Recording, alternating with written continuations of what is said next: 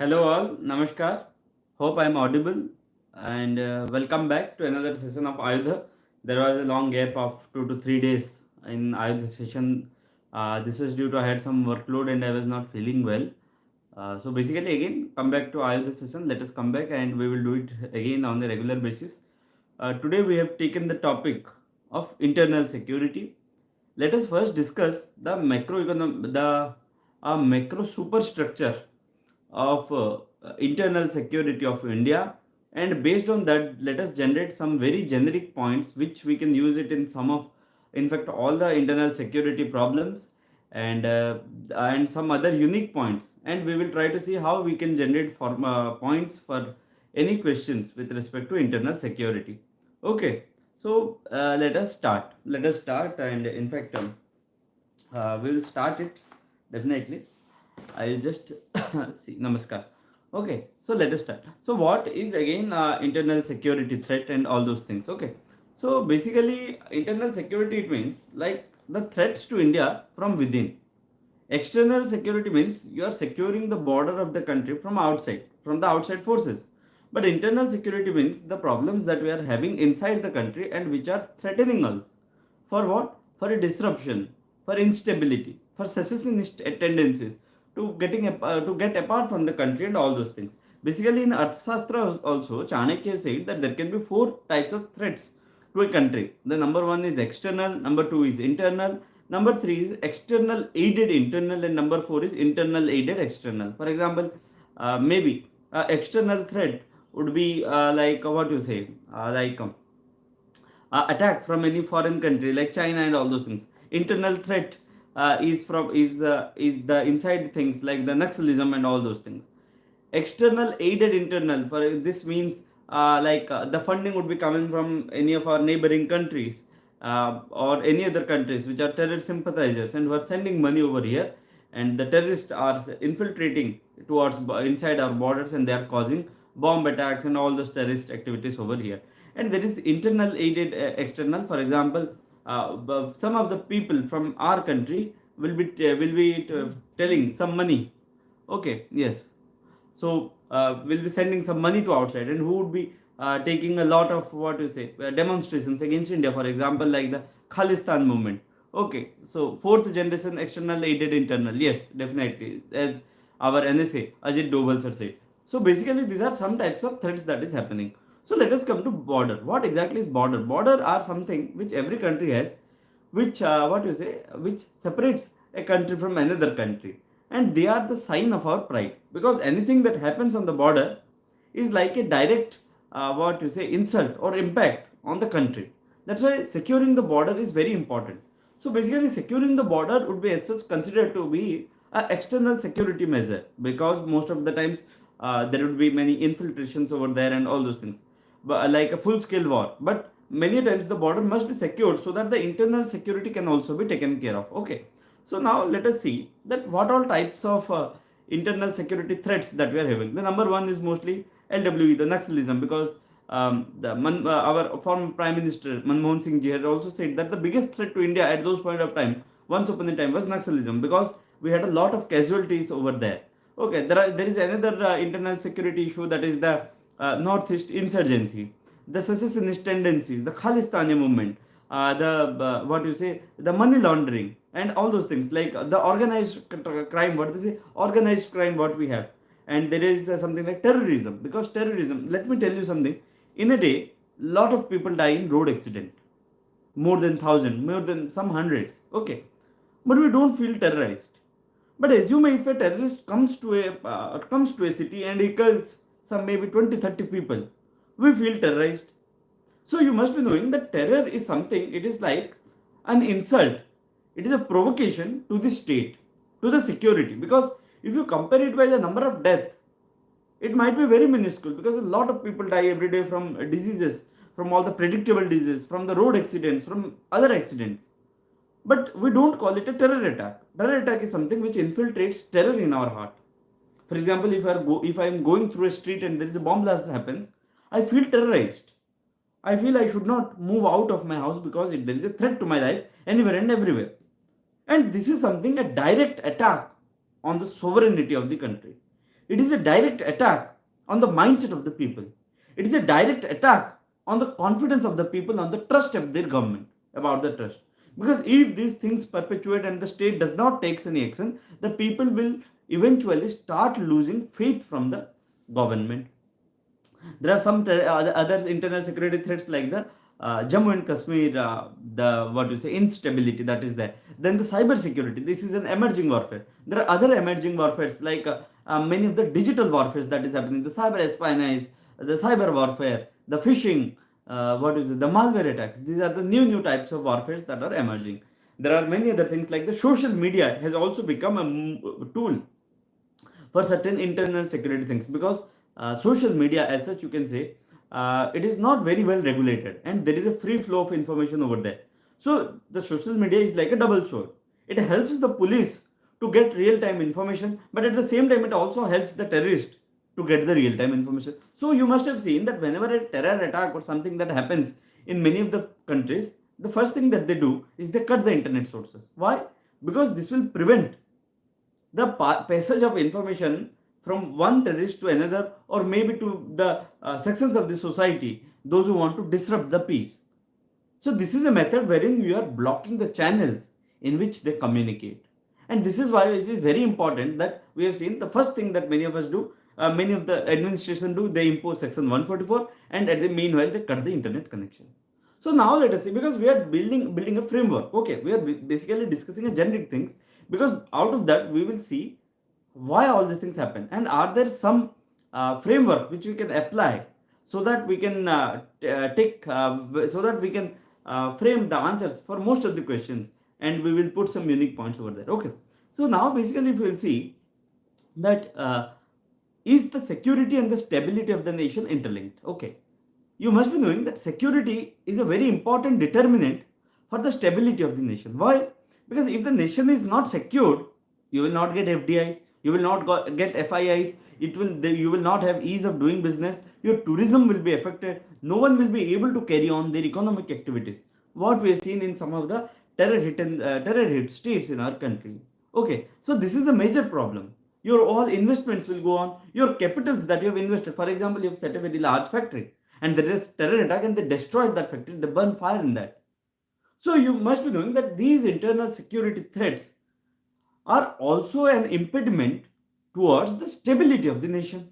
And if the nation is not stable, then there cannot be an economic growth.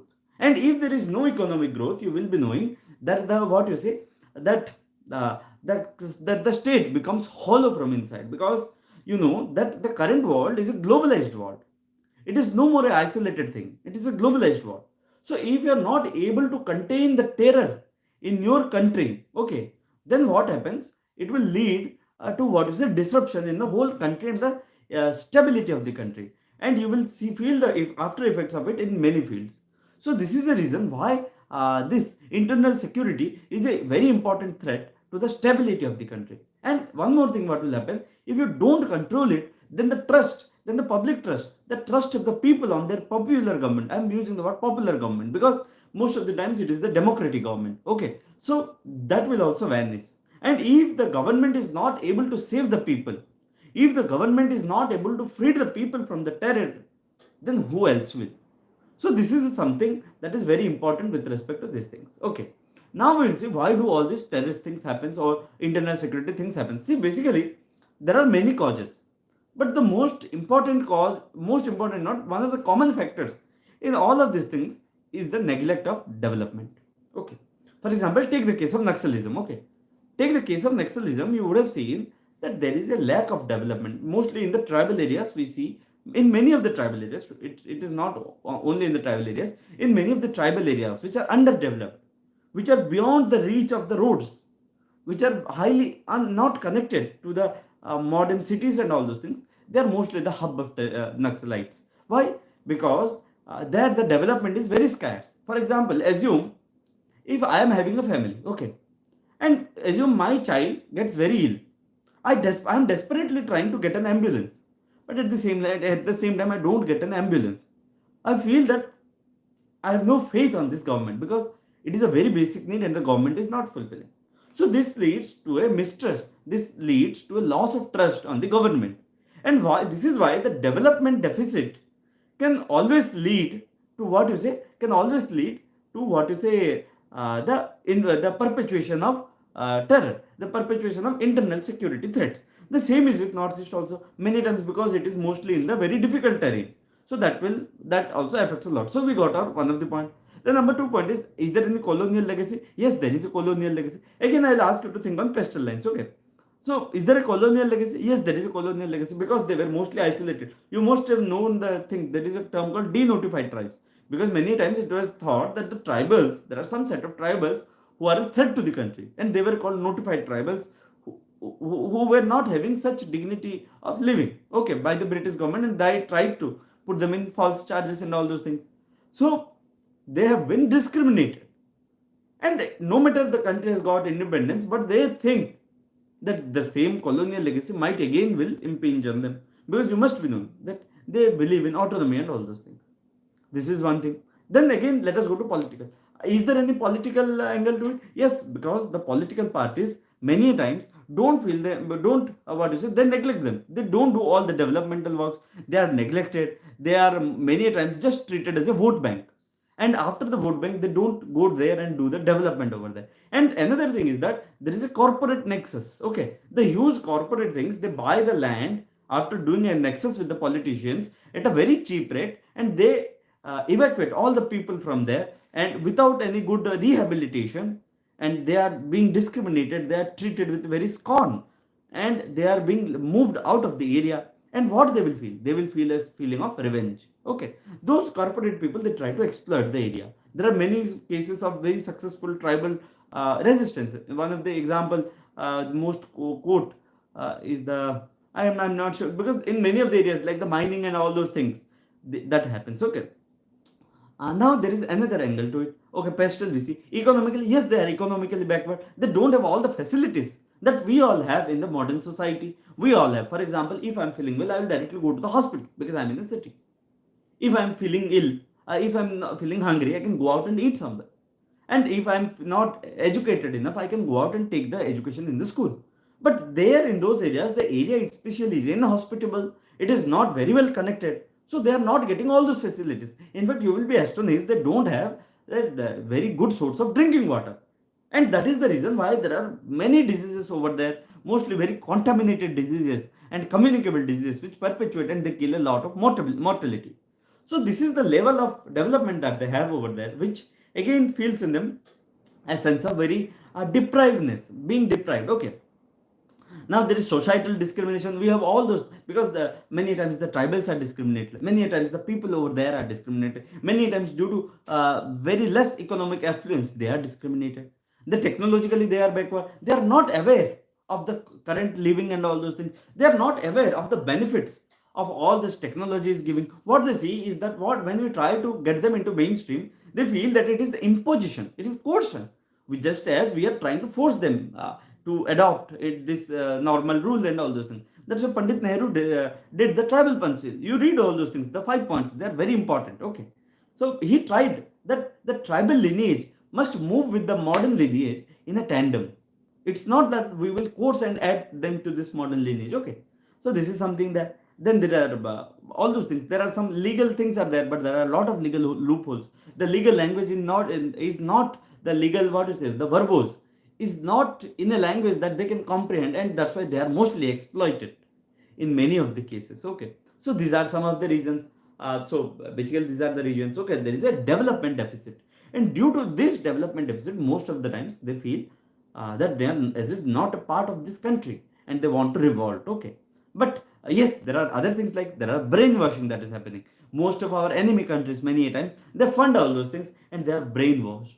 There are many times perpetuation of ideologies. What the our other what to say the other countries, the enemy countries, okay, the belligerent countries, they try to impinge the brainwashing of the people, so that the people will feel that as if they are not part of this country and they should have an independent status or something else. That's why they revolt. Okay, so these are some of the causes. Now if you will see, these things are there, these things are mostly there, but you will see the Northeast insurgency, there are some unique points over there. What? It is a very it is an ethnic culture which is very unique. It has its own independent existence. So when you try to integrate them to the society, they feel it as a violation. And also, they are isolated mostly. If you see, as the roads are not good, they are mostly isolated from the modern society. And this is the reason why they feel very deprived. Okay. So now I'll ask you that if you have to control all these things, what will you do? From all the discussion we know that development is a master key. If you will do good development in the area, then you will easily win the trust of the people. And once you win the trust of the people, then it automatically the things will take a turn, because there are some very beautiful examples. In fact, there is this initiative called Sandesh in Bihar, where the mostly the people were taken into the confidence in the Panchayat Raj election, and that the activities of the internal security threats over there have reduced a lot. So, okay, this is one angle. Okay, when I'm saying that we are having an internal security threat, when I'm saying that the people are getting brainwashed, what does it imply? It implies two things. Okay, number one thing, that you are generating someone who is not in tandem with the goals of your country. So, number one thing is that who is not in tandem with the goal of your country. That means that you are those people.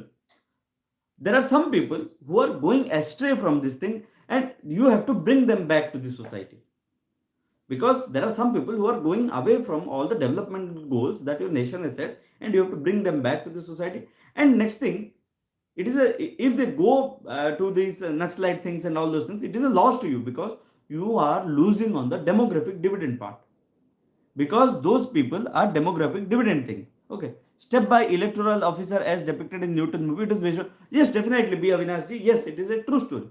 Because you see, again, if you will take development to the grassroots, they will automatically. So I'll ask you, okay, so we see that some people are Naxalites and all those things. But I'll ask, who wants to be a Naxalite? Okay. Who wants to be someone like all those things? Nobody wants. But many times it is due to the development deficit. But yes, there are some set of people who are brainwashed, who genuinely want that we don't belong to this country, let us revolt and all those things. They must be, because if there are some core people, okay, and the government, most of the what the security forces do, they give the bullet a response of bullet. If you can't mend the ways, at the end, national security is of prime importance, because nowadays you cannot say that I will isolate internal security from the external security, because this is a globalized world. You must be knowing that there is a crime syndicate which is happening, because the money laundering thing and the terrorists, they are all integrated, because the terrorists are funded by this money laundering. You cannot say that I will only tackle money laundering and leave about the terrorists. Okay, so these all things are there. Yes, abolishing tokenization policy. So these all things are there. So here you need an integrated approach. So the number one is thing, bring development to the areas, and number two things is handle all the security things, like strengthening our security forces. Those security forces will remove all the belligerent things who are not able to mend the ways. Okay, so this is the thing, because at the end you have to ensure the security of the people. Okay, at the end you have to take care of the civilians, and it is always, because you cannot just allow the terrorists to carry on the terror for years. So that is the true pronged strategies. The terrorists must be handled by the security forces, and we must bring development to that area, so that we will have a benefit over there. Now I'll tell you what our minister, Mr. Rajnath Singh, had said. He said that India is following three-pronged strategy to deal with internal security. Okay, the number one thing he says that we are going on a path of development, and we are also trying to give justice to the aggrieved, because many times you will see, like for example, the AFSPA, which is being taken in northeast area. Okay, many say there are human rights violation, because if you see that you cannot easily identify who is an insurgent and who is a civilian. So to extract information, many times the civilians are also tortured, and this is a human rights violation. And what, assume I am a very simple person and I am tortured, I will feel a revenge towards the people. So our honorable minister is saying that we will try to bring development to the area. This is number one thing. Okay, we will try to bring development to the area while ensuring justice for the aggrieved. Okay, this is number one thing. The number two thing, Mr. Rajnath Singh is saying that we are ready to go beyond half step, more than half, to deal with all those dissatisfied people and bring about some negotiations. Because you must be knowing Like many northeastern states, many times in the earlier times they wanted secession, but government by very tactfully handled them, and they accepted some of the demands and all those things, and they have been integrated to this country. So this is the thing that our minister, our union minister, Mr. Rajnath Singh, is also saying that we are going to go beyond half a step, and we are going to extend all the things, all the help that we can give to the dissatisfied sections, and we will negotiate with them so that we can maintain the security thing of the area. And what is the third thing he says? If we are also ready to tackle status quo, if they are going on to exploit the people, this means that we will also take all necessary steps to ensure the security of the country. So this is something. So this is something that you must know. See, basically for everything, there might be a development deficit area, there might be some security concerns, because there are some genuine security concerns. For example, in northeast countries, when you are facing northeast insurgency, there are a lot of border smuggling. You cannot sit over there and say that development will help all those things. You have to effectively tackle the border smuggling, and they are being done by many of the times by terrorists. Okay, so this is the thing. Now another thing is that the most of the development deficit happens in the tri-junction area, because for example, you must be knowing the Dandakaranya area. There is another tri-junction that is developing now. It is the tri-junction near the Kerala, Karnataka and Tamil Nadu border, the tri-junction over there. It is now developing as a hotbed of left-wing extremism. Why? Because those tri-junction areas are mostly neglected. None of the states want that it is our area. So these are the things. So that's why it is mostly neglected. Abhayji himself brought injured Jawan into BBSR through his chopper from Swabhiman area. See, again, yes, as our colleague has said, that as our former DGP, Dr. Abhayji, he himself brought injured Jawan into Bhubaneswar through his chopper from Swabhiman area. It is the result of winning trust of localities over authorities. Yes, definitely. See, basically it is saying, I'll give you a very good example. Please take a note of that area. There is a bridge called Guru Priya Bridge. Okay. There is a bridge called Guru Priya Bridge, and it is there. Earlier the bridge was not there, and one of the most important tribal areas of the Malkangiri area was cut off, and it had become a hotbed of Naxalism. Once the Guru Priya Bridge has been made, the Naxalism has almost vanished from there. Why? Because when the bridge is made, the people are getting connected to the mainland, and when you are getting connected to the mainland, development will automatically go to the area. Because assume, I just remember somewhere, okay, that America's road is not good just because America is rich. America is rich just because its roads are good. Because road is the way of communication. And when the road is made, the ambulance can go, the school teachers can go, the education can go, the money will flow. So that's why it is very important to build the connectivity areas, and development includes that. You have to build a road at first. And many times you would be seeing that many times when the Naxalites want to counter the government forces, the first thing they do, they destroy the road or the bridges by landmines, because it is again an attack on the government. It is again a threat, a plot to take the localities out of the confidence from the government. So this is the thing. Please try to understand the mentality of the attack. So this is something that is there. Okay. So now we are discussing these things. Now, see, basically there are many other things that we can discuss, but I'm just trying to tell you the gist, because we have a very limited time, and I'm trying to tell you what all things can be done. Again, something I'm telling you, please, if you know, please note it down, else leave it. For example, if you get a question on drug abuse, on transnational crimes and all those things, please write that India is sandwiched between Golden Triangle and Golden Crescent, which is the of drugs. What is the Golden Triangle? You will see on the east of India, there is Myanmar, Laos and Thailand. It is said the Golden Triangle. And on the west, we have the Golden Crescent, that is the Afghanistan, Iran and Pakistan. And they are a very rich source of heroin, the drugs trade is going on over there. So this is something that is there. Okay. Now we have a very long boundary. When you see, with respect to borders of India, let us discuss the borders of India. If we will discuss the number one thing, if we will see, let us move from west. Okay, on the west we have the Circle near Gujarat, and it is a very marshy land. Now you go to Rajasthan, it is a desert area. Now you go to Jammu Kashmir, the Punjab areas. The Punjab areas, it is mostly a bit of flat land. And now you go to Jammu Kashmir, it is a very hilly land, inhospitable terrain, very cold. Now let us come back, and while we are going through the Nepal, the China part, the Nepal, they are all very inhospitable mountains with very steep slope. And now once you are going to the what you say, this continues till Arunachal, and near Bangladesh, what happens, the border is very difficult to be made because the streams over there are crisscrossing each other. They are the shifting borders, and we know that we had an agreement with the Bangladesh wherein we transferred some of the enclaves. Why those things happen? Because the river streams are changing their path each and every moment. So now you see there is a very difficult terrain that India is maintaining throughout its border. So now wherever you get a question on different threats to India from the external or internal, please make a map of India and say that these are the terrains that are there in the border. Now with respect to that, please say what are the problems we are facing with respect to each of the nation. For example, for Pakistan, you can say the terror and all those things, the support to Jammu Kashmir, all those things, and there are some terror and border dispute we are having. These are some of the things that is there.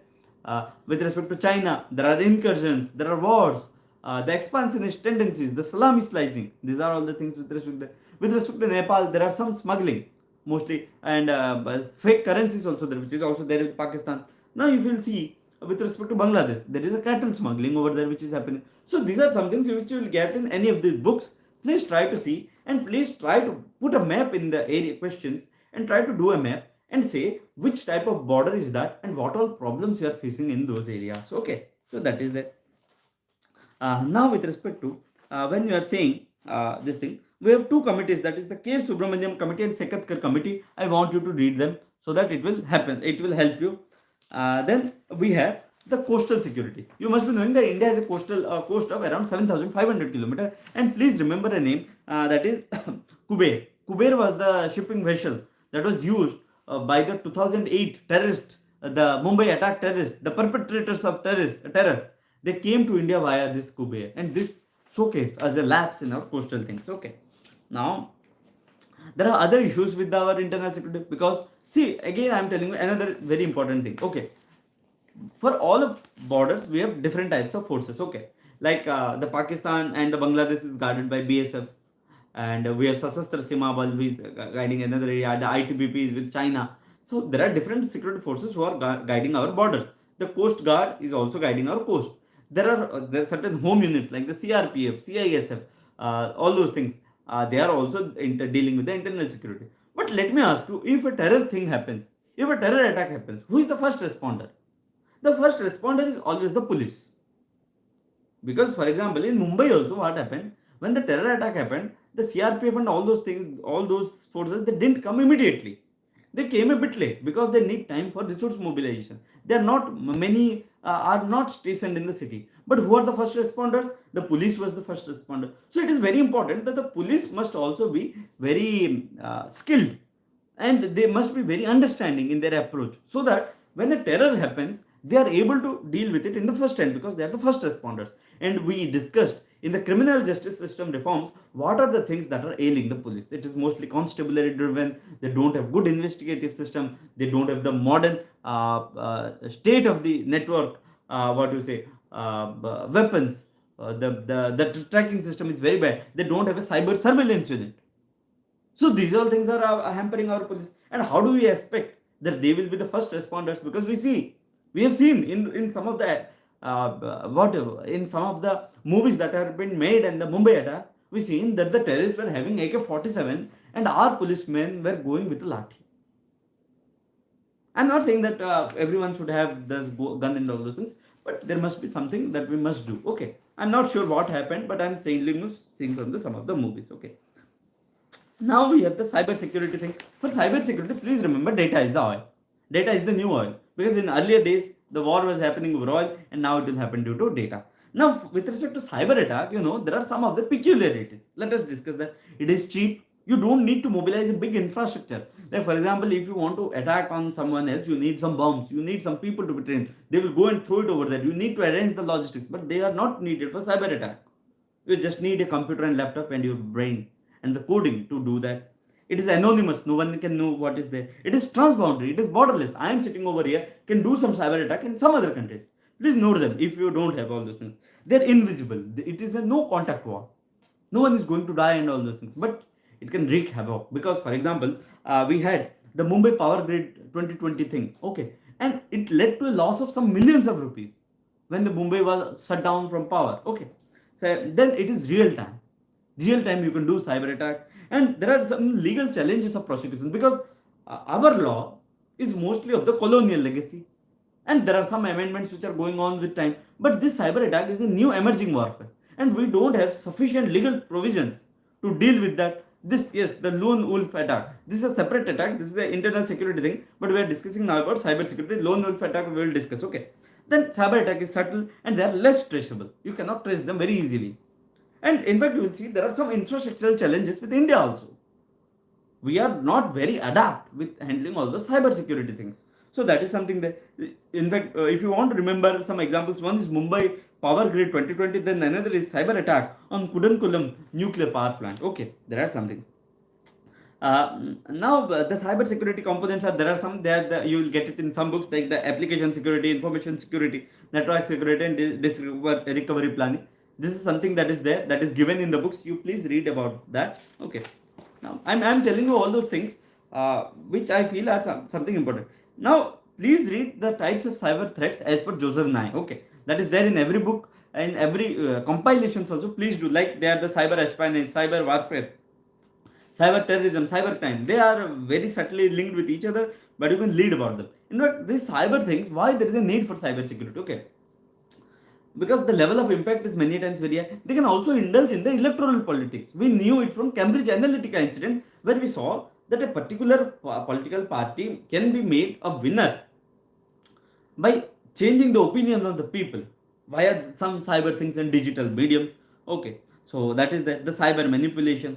There are some radicalization things like the jihad, many say, if I'm not wrong, yes, jihad would be there. And there are many radicalization attempts that are being there. Jihad is something that we'll check again. Okay, so that is there. And there are something like dedicated denial of service, DDoS. Those things are new things. And there is another thing that question might come about Pegasus, because it is with respect to state surveillance. In fact, it might not come, but you know that state surveillance is also one of the threats of cyber security, and that needs to be done. And now here comes what all steps India has taken. This is the IT Act 2000, National Cyber Security Framework Policy 2013, National Telecom Policy, Personal Data Security Bill, CERT team, Computer Emergency Response Team. We have IC4, we have NCIIPC, and we have Cyber Swachhata Kendra, wherein the botnet cleaning and malware analysis is being done. We have Digital Army Program, similar to Meghraj of Indian Army. Okay, I'm just telling you the names. If possible, please note them down. Okay. There are some state initiatives also, like Kerala, we have Cyber Dome Policy. A question on it directly has come in the UPSC. We have Maharashtra Cyber Safe Women. In Telangana, we have Center of Excellence for Cyber Security. Okay.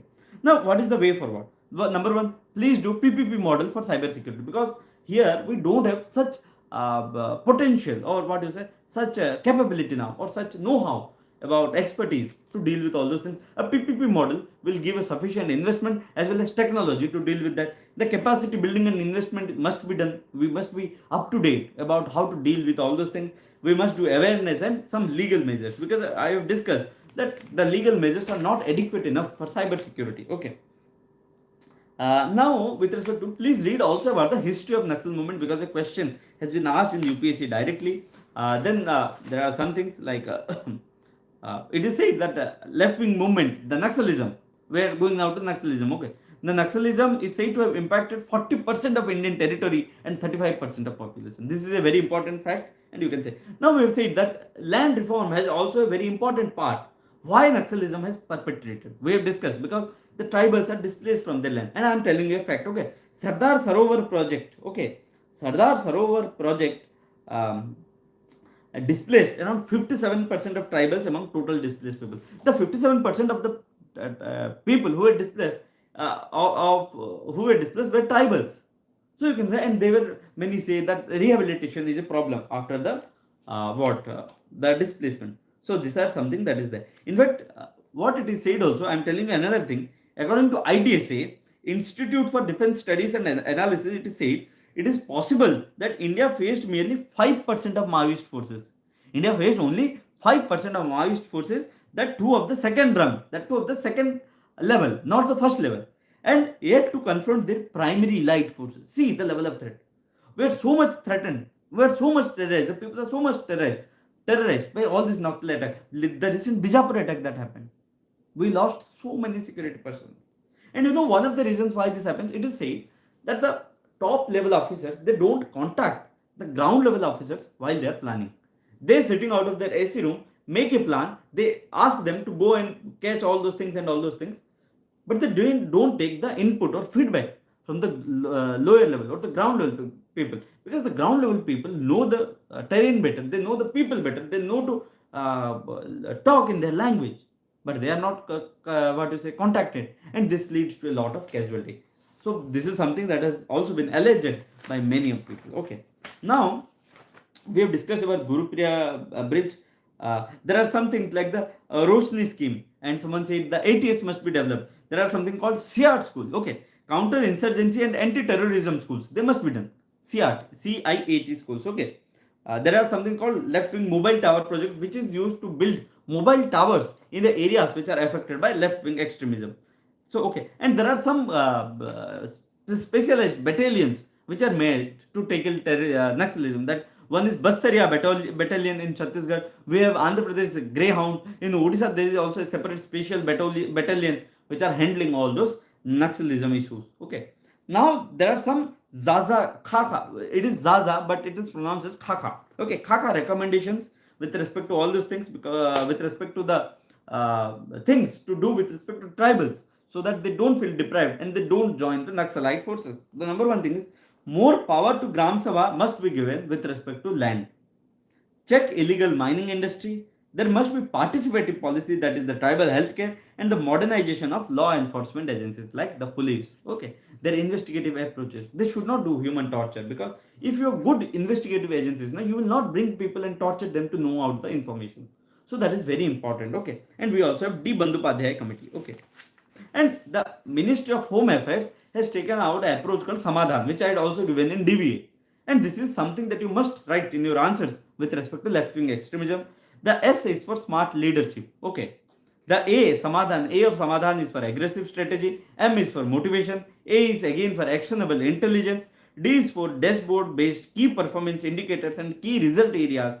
H is for harnessing technology. A is for action plan for each theatre. And N is for no access to finance, that is choke funding. So this is very important also. Again, if you want to contain the Naxalites or any other internal threats, you have to cut the source of funding. We had seen that during demonetization, the stone pelting incidents in Jammu Kashmir had seen a very dip. Why? Because the source of funding was cut down. Suddenly what they thought as their wealth was wiped out, just because those legal tenders were not acceptable. And they cannot change it very easily with the banks. So they could not pay to all those stone pelters, and it led to a decrease in the events of stone pelting. So when you cut the source of funding, it will help a lot. And now a term has come that is called urban Naxalism. There are some people who are there in urban areas who provide ideological support, who provide financial support, who provide logistical support to Naxalites to perpetuate their idealism. And so that is also there. Okay. So you have to read on all those lines. Okay.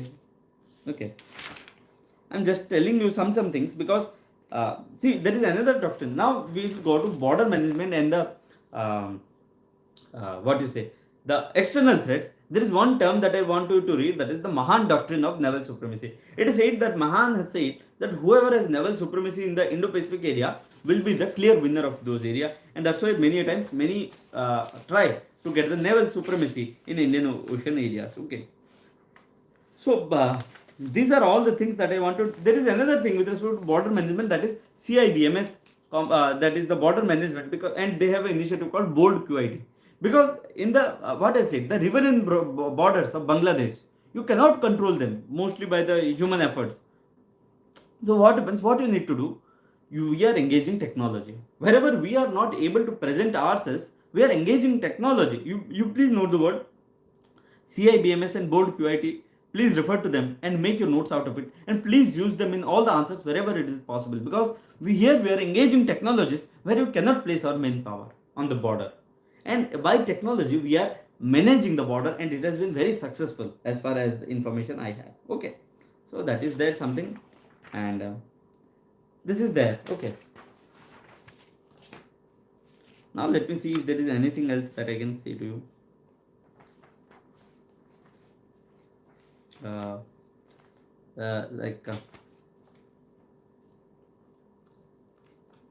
in fact, you must be knowing that Afghanistan is one of the largest producer of drugs and all those things, and due to which what happens that we need to that's why the America, when it occupied it, tried to bring down all those drug producers, because indirectly all the money that was going from the drug producing areas were ultimately going to fund the terrorists. So that's why it is very important to cut the supply sources of the terrorists. There are something like money laundering. It is said the IMF has very stark reports that a great portion of our GDP is being lost in money laundering. So you must learn all those processes like the placement, layering, and integration are the three stages of money laundering. You will get that in any notes. Okay. So that's basically I wanted to discuss a framework. So what we have discussed the framework that due to deprivation of development, due to due to a feeling of isolation, due to a feeling of non-belonging to the land, many of the people are definitely going towards Naxalism or any other state threats.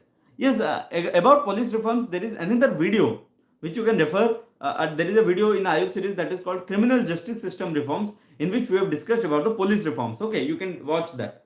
So there are some things which they are feeling isolated and they are joining. And there is another thing that is going, that is the brainwashing of the people. They are brainwashed. Because see, when there is poverty, many people try to earn very easy money, and they are the direct sources. They are the most easiest sources. They are the most easiest identified targets to do brainwashing, and they are brainwashed and they engage against their own nation. This is the irony. This is a very sad part, because we are losing our youth, who are our demographic asset. So this is something there. So we have addressed that. So how do you deal with it? Number one thing, please bring development. Please increase your security forces and who can handle the security of the areas, and make them so well with respect to all those state of the art warfare mechanisms. And number three is choke this financial stream, so that they will starve and they will die in a very natural death. And four, spread awareness. Don't do human rights torture. Give a scope for the aggrieved to get justice. And when you do that, you will gain the confidence of that area, and those people will not go with the Naxalites. Rather, they will be your eyes and ears. They will help you to address the problems of Naxalism or any insurgency over in that area. Okay, so that's what I wanted to discuss over here. Yes, lone wolf attack. These are something that is a new age warfare, because a lone wolf is someone who you cannot say that he is afflicted to any terrorist organization or something. He's just brainwashed. He's just attracted to some ideas, and because of that, they are doing all those terror things. They are the individual actors. That's why they are called lone wolf. What are non-sector? No, it's non-state actors. See, state means wherever there is a direct, direct involvement of the sovereign country. For example, you see, like many allege that our neighboring countries are helping our bordering areas, the terrorists from our bordering areas, with respect to ammunition, with respect to financial support, with respect to ideology. They are the state actors. The non-state actors are the terrorist organizations, like the ULFA, you can see, like many other, like the Jaish Muhammad and all those things. They are the non-state actors. There will be some non-state NGOs. There are many NGOs who are helping in all those, providing money and logistical support to the terrorist organizations. There will be many transnational, transboundary organizations who are having different branches over there, and they are helping in perpetuating the terror. Okay. Yes, it's non-state actor. Actor means what? They are also taking part in all those things. That's why they are called actor. Okay. Yes. Yes. Rehabilitation program is essential, because because the brainwashed people, they must be rehabilitated. That is very important. And rehabilitation, see, there are 2 to 3 things. Okay, when you are displacing people from their area, you need to rehabilitate them. When you are identifying that when you are identifying some people who are on the verge of being brainwashed, and because the MHA has a program, the Ministry of Home Affairs has a program on de-radicalization. When they are identifying all those people, they get them to the rehab centers. In fact, you will be knowing the people who are addicted to drugs and alcohol are also very prone to go towards all this brains, those brainwashing things. So rehabilitation will help you in retaining your youth so that you can use them for demographic dividend and not for demographic disaster. Building secularity among young children. Yes, definitely, Vinashji, because basically nowadays, in fact, in the world also, due to religion, many crimes are being perpetrated. My religion is good, your religion is bad, your religion is good, my religion is bad. These things are going. I want you to use a word over here, that is religious exclusivism. Okay, don't, because again you are writing UPSC, it is a mains paper. Don't use any terms which might make you appear very biased. Okay, so that's why use the term called religious exclusivism. Due to religious exclusivist policies and due to increasing religious exclusivism, there are some terrors that are getting perpetuated. The Charlie Hebdo thing, you must be aware of that. Please look into the Charlie Hebdo thing. Okay, so these are disastrous. These are simply disastrous. Yes, organized crimes are something where there is a large nexus of transboundary or syndicate crimes, because this is something, a part of it is money laundering, a part of it is organizing some terror plots. That's why they're called organized crime. And in fact, in any book, this is a very simple thing. In any book, you will find a small write up on that. Please do that, and that is fine for that. And you might get some direct question on that. This is nothing to worry about because it is very direct. Okay, like money laundering and all those things. Okay, just a minute. I'll check if I have something to say about that. Like there is another issue, that is drug abuse. Please note drug abuse. In fact, some states of our country are getting prone to it. So that is a very big issue, and this is one of the reasons why our youths are getting brainwashed. So please note that drug abuse is also one of the issue. Okay. Yes.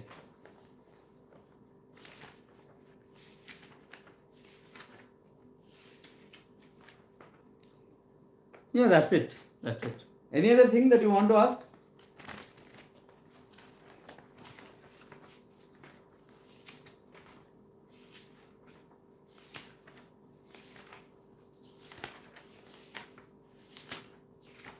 Any other thing?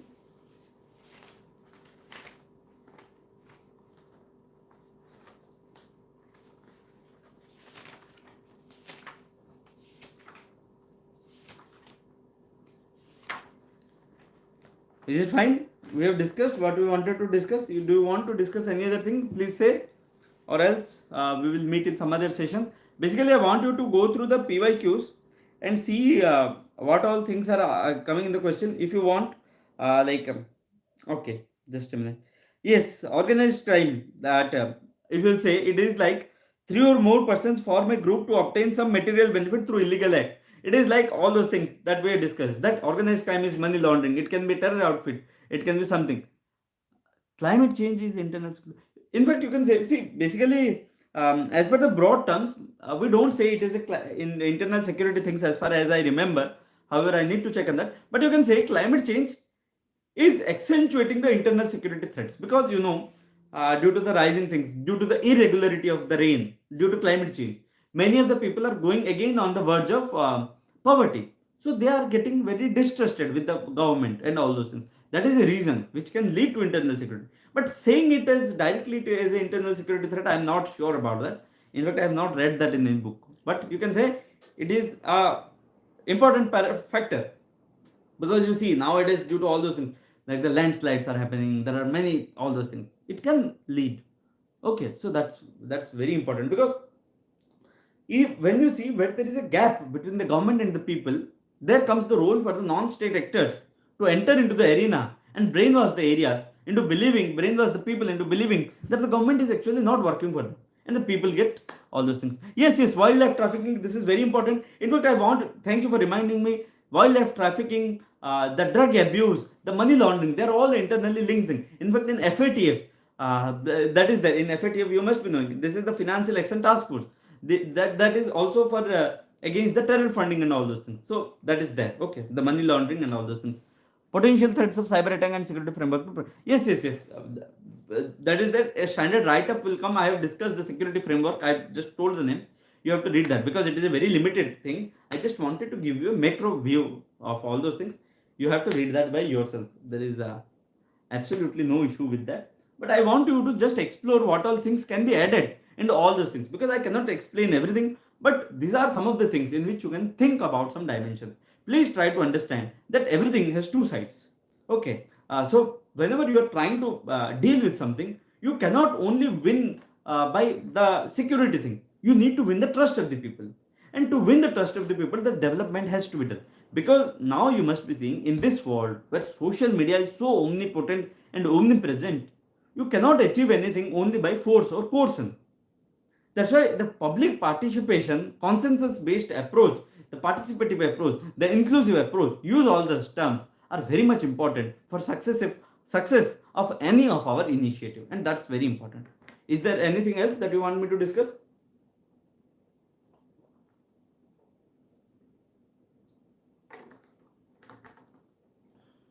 Just a minute. Okay. Now let us discuss some of the questions. If you want, I just want to discuss the 2021 question. Analyze multidimensional challenges posed by external state and non-state actors to the internal security of India, and also discuss measures required to take into combat these threats. Okay. Yes. All those conventions, Vienna Convention, we have also Paris Convention. For cyber security, we have Budapest Convention. Please use all those conventions. Thank you for reminding. Okay. Now, this is the question, the multidimensional threats with respect to external actors and non-state actors. This is a very lengthy question because there are a lot of things. Everything that you know in the internal security thing, you have to write it. Because it is asking for the external state, that means you can say the threat from India, from Pakistan, from China, because we have war with them. And that threat, we have the recent Doklam issue, we have the recent, the Galwan Valley issue, we have the recent, all those shell firing along the border of Pakistan, you can mention them. And non-state actors, everything like the Naxalism, cybersecurity, Northeast insurgency, drug abuse, all those things. Please draw a map, show relevant areas, show what are all the threats coming from all those things, and you can mention. And it is asking discuss measures taken to combat to these threats. We have measures for everything. Please note them down. Please write them down. There is nothing. And to add them, and when you want to add it, please add it on a very optimum note. That although these things are there, but the level has reduced now. The Naxalism now has reduced its intensity by manifold. And you can say that none of the approach would be successful until unless the citizens have the feeling of nation first in their mind, in their heart, in their belief. Are you able to get me? How airspace is a threat to internal security? Yes, airspace can be a threat to internal security because, see, if you will see, we had the hijack of the plane. You can see the 9/11, it was by the airspace. In fact, there is a very infamous incident, the Purulia arms drop in 1995. Please read about that. You will know that in Purulia, the arms, the AK-47 and some rifles were dropped from the air to the people. It is transporting the people, the weapon, to the relevant areas. It can be a threat. Please analyze from all those things. It can be a threat to the internal security, because internal security means it is a threat to the infrastructure, threat to the people, threat to the confidence of the people. So that is there. So if anything is happening by any of these things, you can please mention. Okay. Keeping in view India's internal security, analyze the impact of cross-border cyber attacks. Also discuss defensive measures against these sophisticated attacks. 2021. Again, this is a very direct question. Please mention what are the impact. Like we have certain examples, like the Stuxnet is there for Iran, wherein it hampered the nuclear program of Iran. Okay. So now it is asking that analyze the impact of cross-border cyber attacks, and it is asking for India's internal security. So you can write, just like Stuxnet impacted the nuclear, there is a threat that the India's nuclear plants can be impacted, like the Kudankulam. So before that, you can write there are many other impacts. Like number one, loss of financial things, loss of economics can happen. Number two things, critically important sectors like the energy, power grid, they can be shut down. That is important. Number three, certain important areas like the servers of the country. If the server is lost, whole of the country comes to a stop. And by cyber attacks, you can do that. Number four, you can steal very important and strategic information of the country, which will be a threat to the country. For example, you must be knowing, we had the Scorpion class submarine. Okay, this is not directly related, I am just telling you. Okay, and it was alleged the stealth information. What is stealth? The major hallmark of a submarine is its stealth. How? That's what stealth means. It is with respect to the silence. It is with respect to the very calm manner in which a submarine passes in the water, so that its vibration is not identified or tracked by any other submarine nearby. If you will be identified there is a submarine nearby, I will shoot it down. So stealth is something that protects the submarine from being identified by any other submarine. And it was alleged during that time that the information was leaked, and the stealth information was leaked out to the area. So this is something, and assume this can happen in India. You hack the income tax website, because nowadays everything is done by the websites, and they are all stored in the server. So if you will hack all the personal information, then it is a very devastating thing. Okay. So these are all the threats. They are the impacts. It can help in stopping your critical infrastructure, and there are many other things you can write about them, and the steps to encounter them. They are all very much discussed in detail in any of the standard books. Please note them down. Please remember 4 to 5 things and write a very good answer. Okay.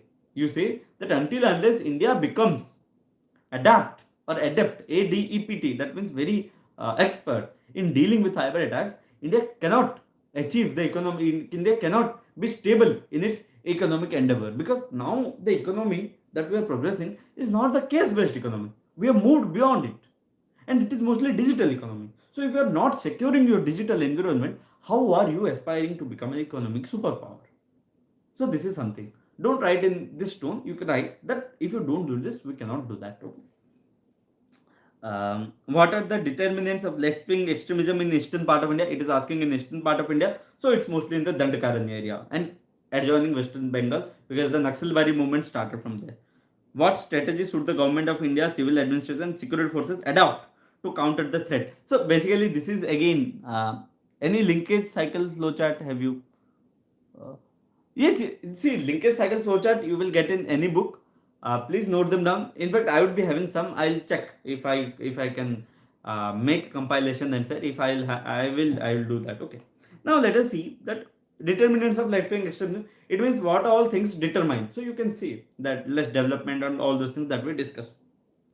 What strategy? Again, I have said what our Union Minister Rajnath Singh has said. Those 3 prongs you can write it as it is, and you can say that our Union Minister Rajnath Singh has said, our former Home Minister and the current Defense Minister. Okay.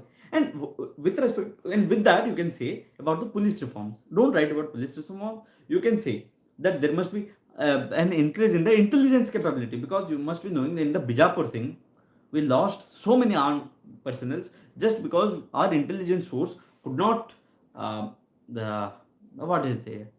not help us at the proper time. So this is something very disastrous. So until unless our intelligence system is very equipped to handle all those things, we cannot go beyond that. So that is very necessary, and there are very take any book, it has all the things. Please write them down. Okay. And civil, it is again asking civil administration and government of India. It must build the trust. It must take governance to the doorsteps. The government must make itself accessible. It must set an example of good governance. It must ensure drinking water, education, health, which are the basic necessities of life. And this is what is important. Discuss different types of cyber crimes and measures required. Again, Joseph Nice thing they are asking, cyber warfare, cyber espionage. You can do that. 2020. So they are also asked something about data security. It is again with respect to cyber security. And at those point of time, Justice B.N. Sikratna's report was there in the market. That's why they had asked in 2018. You can also write about that. Northeast India infested with insurgency for a long time. Analyze major reasons and all those things. They are all again the same things, the standard things. So basically in this one you don't get very analytic questions. They are all very direct, straightforward questions. Please make your notes very properly and you can write them down without any difficulty. It is very mark fetching, I'll say. And for any type of thing, if there is possibility of doing a map, please do. If there is possibility of doing a diagram, please do. If there is a possibility of doing a flowchart, please do. And make the answer very beautiful. Please give best practices. Please give case studies. Please give some examples. Please substantiate your points with facts, data, and all the relevant things. You will get very good marks. No one can cut a single marks of yours. Okay. So that's all that I wanted to discuss. Yes, compassionate governance is the need of the hour. Definitely. Okay. So that's all that I wanted to discuss. It's already 1 hour and it's a very big topic. Okay. So we haven't discussed it completely. So that's all that I wanted to discuss, and I want you to go beyond this and learn as much as possible from all the standard books. You can take, in fact, the topper copies. Okay, please take topper notes or topper copies. See what they have written that you don't know and note them down in your notes, or take the notes as such, and that will help you. Civil administration should be soft with hard interior, opined by Somendra Priyadarshi. Yes, if you remember something like this, please write with what is it? With should be soft with hard interior. But please tell one step beyond. What do you mean by soft with a hard interior? Okay, that is also very important. So you must be hard with respect to what? With respect to your values, with respect to your principles, or something else. Please write about it, and that's fine. So basically, whatever you're writing, please substantiate it so that you don't give any chance for the examiner to interpret it in any other way. Sir, can we source current affairs of Indian security magazine? Yes, you can do that, but at the end, see, for mains as such, mains 365 of many coaching institutes, for vision it is mains 365, for insights the name is something else. They are giving a compilation of internal security. You can also directly refer from that. Okay, that's fine, not at all an issue. Anything you can do. At the end, I am saying, please look into some topper copies, please look into some topper notes, get the value addition points, add them in your notes, and you are perfectly fine to go. And don't deviate from the PYQs and the syllabus. They are your best guides. See how many questions they've asked from internal security. See how many questions they've asked from Naxalism, from Northeast Insurgency, from Jammu Kashmir, from cyber attacks, and all those things, and make your strategy very appropriately. See, basically, if they are asking the reasons for Jammu Kashmir this year, there is a high chance either they will ask the impact of Jammu Kashmir insurgency, or they can ask the reasons for any other type of things. Soft behavior for people with hard for antisocial agents. Yes, you can do that. Hard for antisocial agents, and you can write properly. Okay, that's fine. So this is the thing. I feel we have discussed what I wanted to. Visiting IDSA and ORF advisable. You can selectively do. I will not recommend you to go very deep, because internal security, the questions are mostly predictable, and they are not a very difficult things, and you will get a lot of best practices. And I feel for internal security there is a overcrowding of notes. There are a lot of best practices available. There are a lot of facts that are available. There are a lot of case studies that are available, and we don't use them properly just because we are running here and there. For IDSA and ORF, you can selectively visit the things, read one or two articles, and make your points. That's it. Because at the end, you will just mention 2 to 3 pages. You will write 3 pages. What more you can write in that? Okay, so don't waste your energy where there are already enough sources. If you get some unique points, please write them down. Please note them down. That will help you the most. That will be the value added material if that is not there. But just for getting one unique point, please don't spend 5 to 10 hours, which is very less ROI. Okay. Yeah. So, is there anything more that you want me to discuss? I feel we have discussed almost everything. And if you'll see, it is nothing.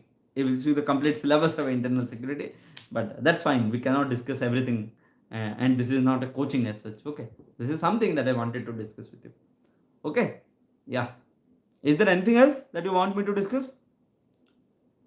I feel we are done with it. We are more than 1 hour. So definitely, please take care, stay safe, stay happy, stay healthy, and don't doubt yourself. You are a true warrior, and you can do anything and everything that is possible. And I have whole faith on you. And definitely your parents, your teachers, and everyone else would be having a lot of hope on you. So never ever feel that you are worth nothing. You are worth everything that the world can offer.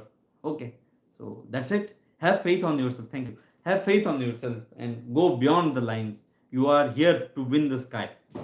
Sky is your limit. In fact, I will say it is more than that. Separation of power. Okay. Separation of power. We will do. I will do. I will try to do, because tomorrow it is again GS3. Tomorrow we have a GS1. Day after tomorrow we will have separation of power. Definitely. We'll do. Okay. Thank you, Kapilji. We will do. Okay. Please take care. Stay happy. Stay healthy. And Bharat Mata ki Jai. Vande Mataram. Bye bye. We will meet again someday.